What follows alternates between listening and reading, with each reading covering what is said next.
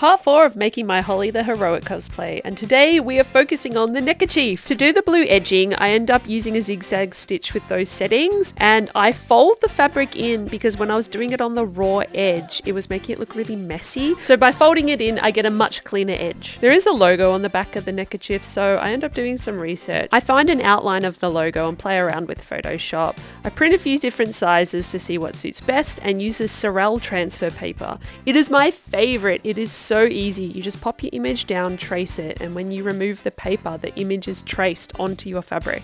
The logo looked like it was embroidered, so I'm actually going to try and mimic it with permaset puff paint and the blue paint mixed together. Once you paint it on, you iron it and the heat reacts and puffs it up. It looks like this and I'm really happy with it. It's a great way to do it if you don't have an embroidery machine. Next up, we'll tackle the Boy Scouts toggle. I found one on eBay, but they're all from America and I'm not going to pay that postage. So I'm going to attempt to make one myself using warbler, foam clay, a heat gun, and a Stanley knife. I make a base shape I like out of the foam clay and then heat up the warbler and make it into these little strips. I use the Stanley knife to indent it to make it look like rope and then start wrapping it around the shape that I've made. Once it's done, it looks something like this. I make a fleur-de-lis shape out of foam and then paint that up. I'm using just acrylic paint to do the background and to do the little eagle details. While waiting for that to dry, I use iridescent antique gold in Liquitex spray paint. It was a little bit too yellow, so I went over it with the Jacquard Lumiere paint just to lighten it up a little bit. Once dry, I glued it together with contact cement and went over it with matte varnish. Here's the finished result. I am so happy with it. I think it looks pretty close to the original, and all I can say is I'm glad I didn't pay $40 or $50 to buy a real one from America. I have proven you can make it yourself. So until next time, bye!